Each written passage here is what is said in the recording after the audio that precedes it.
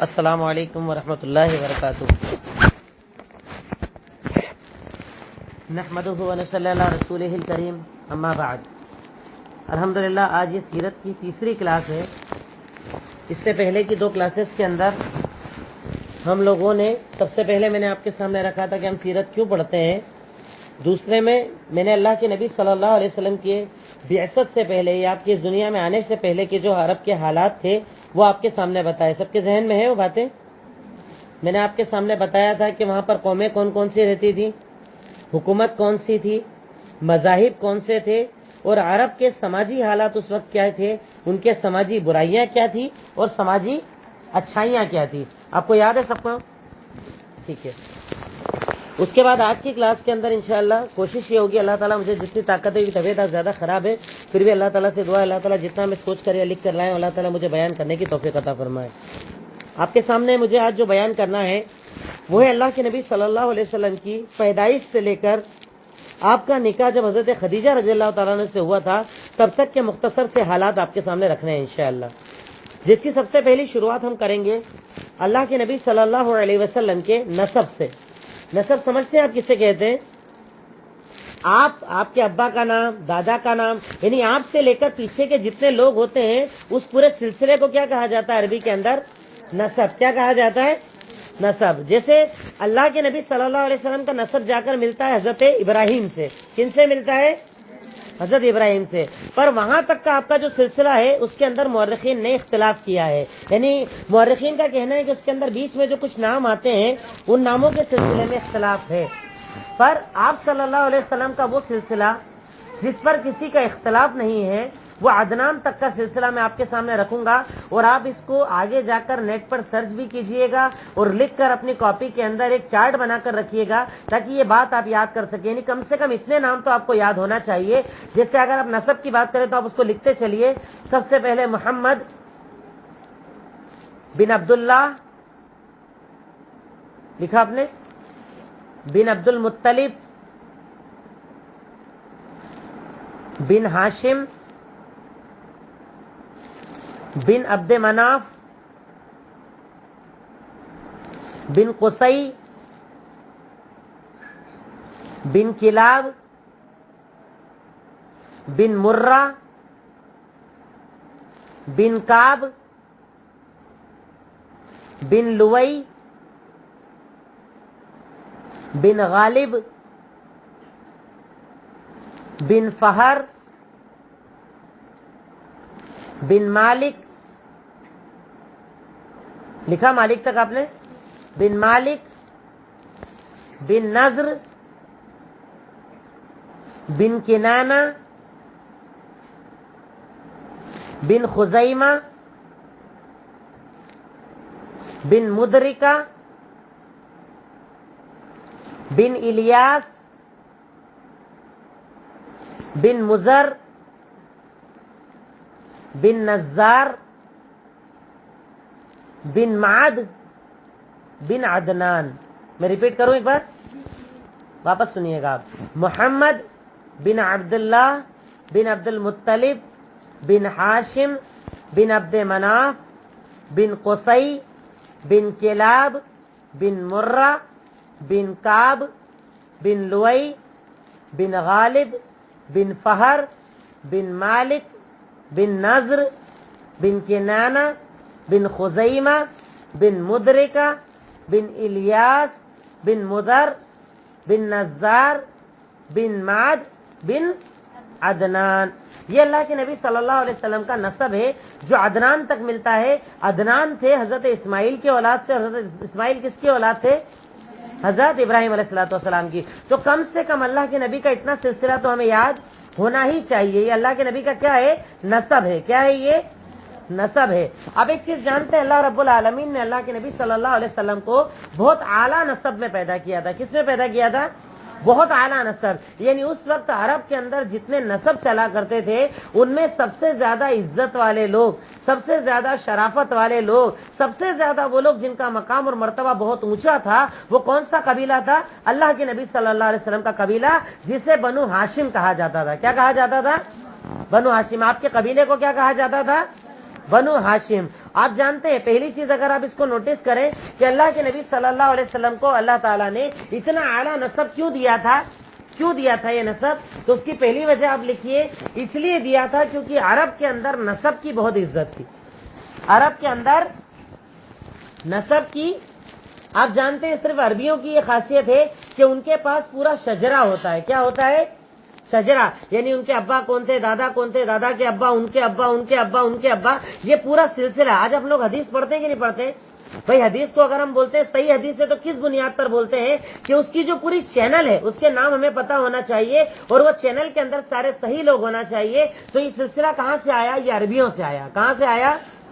تو اللہ رب العالمین نے اللہ کے نبی صلی اللہ علیہ وسلم کو اعلیٰ نسب اس لیے دیا تھا کیونکہ جن لوگوں میں آپ کو نبی بنایا گیا تھا وہ لوگ نسب کی بہت عزت کرتے تھے. دوسرا پوائنٹ یہ تھا کہ اللہ رب العالمین نے آپ کو اعلیٰ نسب اس لیے دیا تھا تاکہ لوگ آپ پر ایمان آسانی سے لے آئیں، کیونکہ آپ کے پورے نسب کے اندر سارے عزت دار اور اچھے لوگ تھے.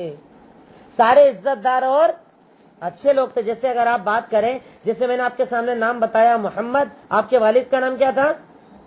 عبداللہ ہوا. آپ کے دادا کا نام عبد المطلب، اور دادا کے ابا کا نام یعنی آپ کے پردادا کا نام کیا ہوا؟ ہاشم. کیا نام تھا؟ آپ جانتے ہیں ہاشم کی یہ خاصیت تھی، اسی لیے آپ کو بنو ہاشم کہا جاتا تھا. ہاشم وہ شخص تھے کہ جنہوں نے حاجیوں کی خدمت کا سلسلہ شروع کیا تھا. کیا شروع کیا تھا؟ ان کا کام تھا حاجیوں کی خدمت کرنا، انہیں کھانا کھلانا. عربیوں کے اندر ایک کھانا چلتا ہے جسے سرید کہا جاتا ہے. کیا کہا جاتا ہے؟ سرید. یعنی ایک روٹی بنی ہوئی ہوتی ہے، اس کو سالن کے اندر بھگو کر کھلانا، اور اس کو بہت عزت سمجھتے ہیں لوگ. ہاشم کا یہ کام تھا کہ وہ حاجیوں کو فری میں کھانا کھلایا کرتے تھے. کیا کرتے تھے؟ حاجیوں کو کھانا کھلایا کرتے تھے. اسی طرح ہاشم کے بیٹے یعنی آپ کے دادا عبد المطلب، ان کے ہاتھ میں جب حکومت آئی تو ان کی بھی عرب کے اندر بہت زیادہ عزت تھی. یہ حاجیوں کی خدمت کیا کرتے تھے، انہیں زمزم پلایا کرتے تھے، آنے جانے والوں کا خیال رکھا کرتے تھے. تو اس بنیاد پر سارا عرب کن کی عزت کرتا تھا؟ بنو ہاشم کی. کن کی عزت کرتے تھے؟ بنو ہاشم کی. اور ہاشم کے بیٹے کون تھے؟ ہاشم کے بیٹے کون ہوئے؟ عبد المطلب. کون ہوئے؟ جو آپ کے دادا تھے. اب ہم بات کریں اللہ کے نبی صلی اللہ علیہ وسلم کی پیدائش کی. آپ کی پیدائش کے 50 دن پہلے ایک مشہور واقعہ ہوا تھا. کوئی بتا سکتے کون سا واقعہ ہوا تھا؟ کبھی سنا ہو، پڑھا ہو آپ نے؟ آپ کی پیدائش کے 50 دن پہلے ایک واقعہ ہوا تھا جس کا ذکر قرآن کے اندر ایک سورت میں بھی ہے. ابرہا کا واقعہ. کس کا واقعہ؟ سنائیں گے نہیں ابرہا کے بارے میں؟ وہ ابرہا کے جس نے ملک شام کے اندر ایک کنیسہ بنایا تھا، عبادت گاہ بنائی تھی. اس کے اندر لوگ کیا کرتے تھے؟ عبادت کرتے تھے اور طواف کرتے تھے. کیا کرتے تھے؟ طواف کرتے تھے. پر جب اس کو پتا چلا کہ عرب کے اندر ایک کعبہ ہے اور لوگ اس کا طواف کرنے کے لیے جاتے ہیں، اس لیے شام میں وہ لوگ کم آتے ہیں، تو اس نے کیا کرا؟ ایک لشکر بنایا. کیا کیا؟ ایک لشکر بنایا، ہاتھیوں کا لشکر، اور لے کر نکلا کہ اب جاؤں گا اور کعبہ کو کیا کروں گا؟ گرا دوں گا. کعبہ کو کیا کروں گا؟ گرا دوں گا. عرب تک جب یہ خبر پہنچی کہ ایک لشکر آنے والا ہے، کعبہ کو گرانے والا ہے، تو ان لوگوں نے کیا کہا کہ گھر کس کا ہے؟ تو حفاظت کون کرے گا؟ اللہ. انہوں نے اللہ کے سپرد اس معاملے کو چھوڑ دیا. وہ ابرہا اپنا لشکر لے کر آتے آتے آتے کہاں پر آ گیا؟ مینا اور عرفہ کے درمیان ایک جگہ ہے وادی محصر. کیا نام ہے اس کا؟ وادی محصر. اس جگہ پر جب آیا تو اللہ رب العالمین نے ایک چھوٹی سی چڑیا کو بھیجا تھا. کیا نام تھا اس کا؟ بالکل، کیا نام تھا؟ ابابیل کو بھیجا تھا. ابابیل اپنی چونچ کے اندر اور اپنے پیروں کے اندر کنکر لے کر آئے تھے. کنکر جس پر گراتے تھے وہ کیا ہو جاتا تھا؟ ہلاک ہو جاتا تھا، برباد ہو جاتا تھا، مر جایا کرتا تھا. اللہ رب العالمین نے اس طریقے سے اپنے گھر کی حفاظت کی تھی. اور یہ کون سے سن کا واقعہ ہے؟ سن 571 عیسوی. جو ہم بولتے ہیں نا سن 2000 کیا چل رہا ہے ابھی؟ 2000. تو یہ جو سن ہے یہ کس سے گنا جاتا ہے؟ حضرت عیسیٰ علیہ السلام سے. کس سے؟ اور ہم جو ہجری سن گنتے ہیں وہ کس سے گنا جاتا ہے؟ ہجرت سے گنا جاتا ہے. تو جو سن حضرت عیسیٰ علیہ السلام سے گنا جاتا ہے اسے عیسوی سن کہتے ہیں. اس کی تاریخ کے اعتبار سے سن 571 عیسوی کے اندر کون سا واقعہ پیش آیا تھا؟ ابرہا کا واقعہ. کون سا واقعہ؟ اچھا. اس کے بعد جب یہ واقعہ پیش آیا اس کے تقریباً 50 دن کے بعد کون پیدا ہوئے تھے؟ محمد الرسول اللہ صلی اللہ علیہ وسلم. اگر آپ اوپر جا کر دیکھیں تو عبد المطلب یعنی جو آپ کے دادا تھے ان کے 10 بیٹے تھے. کتنے بیٹے تھے؟ 10 بیٹے تھے. ایک مرتبہ کسی کام کے لیے کیا کرتے ہیں؟ وہ ایک نظر مان لیتے ہیں. کیا مانتے ہیں؟